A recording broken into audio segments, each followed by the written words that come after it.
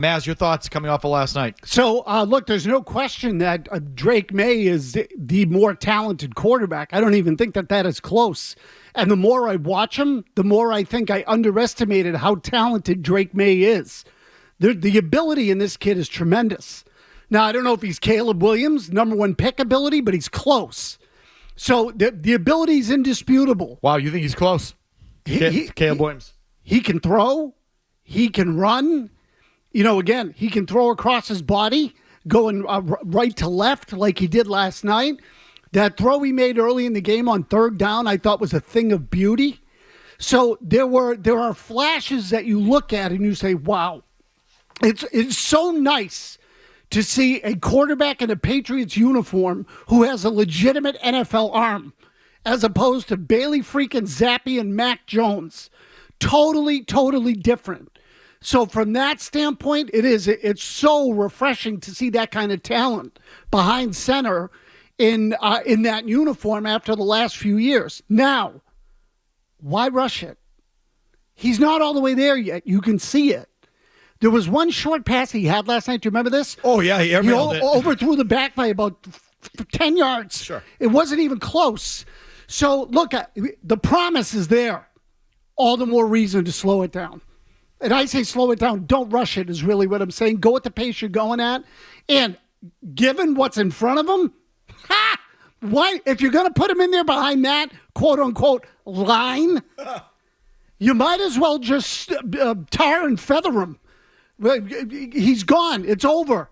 Like, you're going to destroy him if you put him behind that line. Let them figure that nonsense out first and just keep going on the way you're going with him because it's starting to show. What's your takeaway, McCarthy? My takeaway is almost exactly the same as Mazz. Like, you should be excited. You should be so excited as a Patriots fan. I heard Justin Herbert comparisons with Drake Maye coming out of college.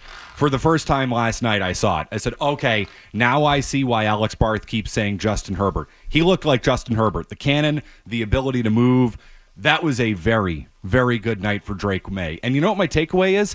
Is that the slow plan, the slow build, and I know they've gotten some criticism for this, you maybe even hear a little bit on this show, the slow build is working. This guy has gotten better from the start of camp. He's gotten better from preseason game number 1, better from preseason game number 2, building up towards last night. The momentum is building. The confidence is building. The plan is working. Like, this is it. The plan is working. I have to give the Patriots credit for the way they've approached Drake Maye from the way he entered the league. You want to see it happening. And I don't care if it happens slowly. I think there's going to be the reaction from last night when you see the talent, you see the ability, you say, you got to put him in there. He's your best quarterback. Yeah, he probably is. But there is really no reason to rush it. You are better off being late on Drake Maye than early, because you cannot put him behind that offensive line. You are going to get him killed. It's not necessarily now about whether Drake Maye is ready. He might be ready, or he's closer to ready than I thought entering last night. I think the question now is the team ready for Drake Maye? Well, so the criticism is, I don't believe in the guys executing the plan, but I like their plan.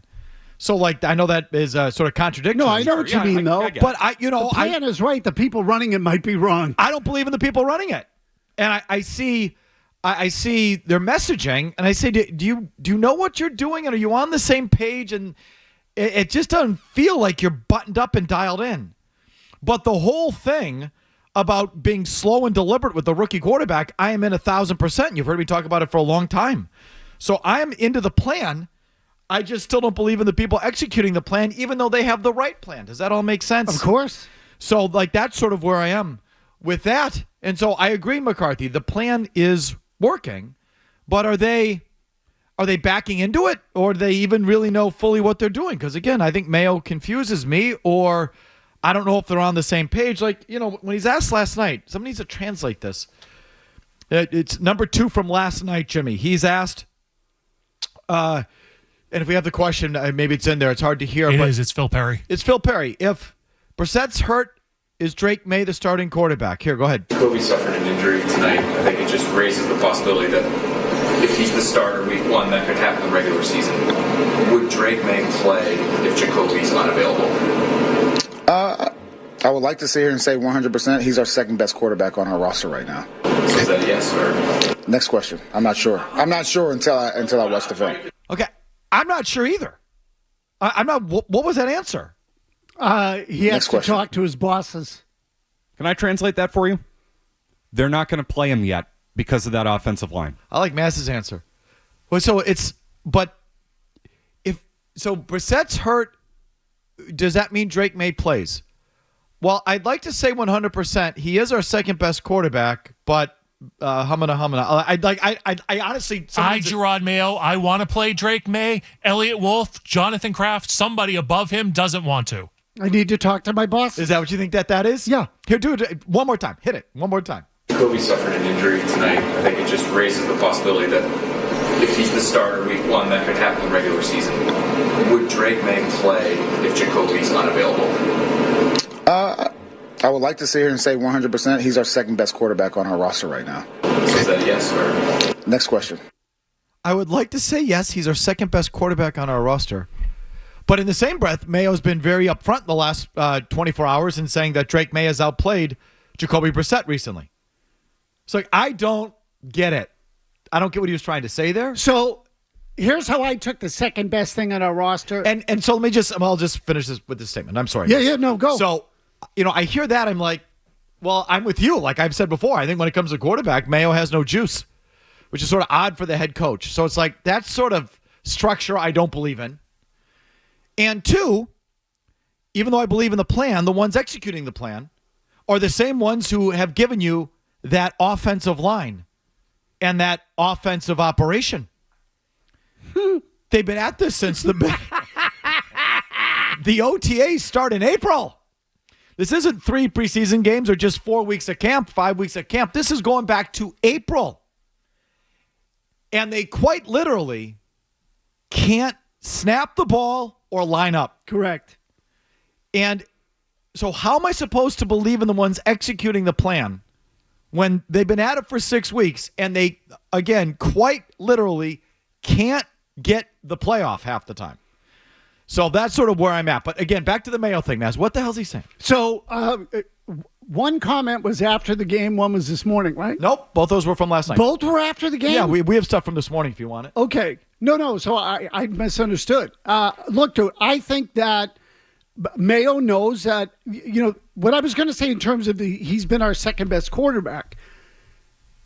Outplaying someone and understanding all the ins and outs of the offense are two different things. I think he has a little bit of wiggle room there. In other words, Jacoby Brissett has more of the experience and the aptitude for the offense than Drake Maye does. So Jacoby Brissett might be the better choice as quarterback right now because he has a better understanding of the offense. Drake Maye has played better in the preseason. I think both those things can be true. It's gray, it's vague. He didn't do a good job of explaining it. It's poor messaging to tell Chris Collinsworth and the NBC broadcast before the game, this is a competition, the best guy's going to play. And tell everybody. Mayo's been telling everybody that, but he tells Collinsworth that. And they get on the field, and one guy's clearly better. They say, okay, so does he play? Well, I'd like to think so. I'll get back to me. Next question. Like, what are we doing? What is that? He doesn't even know what he's saying anymore. Oh, I think he does. Oh, I don't. I think he does. I think he understands he can't put Maye behind that offensive line. He's not going to come out and say, guys, we're not playing our rookie quarterback because our offensive line sucks, so he's tiptoeing around it. Like, Drake Maye is probably the better quarterback right now. If this were a real competition, he'd probably be winning the competition at this point. But they're not going to put him behind that line. They know it. And if he comes out and says that, it buries his team and it buries his bosses. So he has to do this hemming and hawing around it. I think he's flying by the seat of his pants. He's never done this before. We're trying to analyze him like he's Bill Belichick because that's what we've done for 25 years. And Belichick had a plan, had a rhyme, had a reason to every single thing he did. This guy doesn't. He's just trying to figure it out. And so this is a problem for me. He's not dialed in at quarterback. That's sort. If we were going to have an inexperienced guy, I wanted an inexperienced offensive guy, not an inexperienced defensive guy. If it was going to be a defensive guy, then give me an experienced defensive guy who's been through it before with quarterbacks, and whether they've succeeded or failed, has had that experience, and now is their next chapter. Like, it just occurred to me, reading this stuff and listening to the stuff that Brian Flores and Tua stuff from last week, like how badly Flores, overplayed his hand with the player and damaged the player. I'd take Brian Flores any day of the week because I'd like to think he learned from that first time around. We're dealing the first time around here with Gerard Mayo. So, like, I don't know. But overall, the plan is working.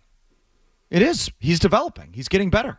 He definitely is getting better. And he's getting better, people, without taking first-team reps or play. You know, this is why you said, well, how do you get better if you don't play?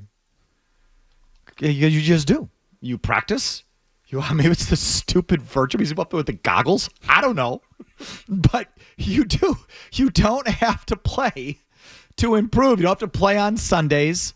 You know, how do you get without the reps? You just do. Mental reps. He visualizes like Tristan Casas. I just don't think it's that. I think it's coaching, and whatever the case is, it just happens. And you've got a small little snapshot of it in a small sample, little indication of it. That Maye has been getting gypped on the reps and the playing time, and he's still getting better. It can happen. You're seeing it. So I continue to say to them, hold your water.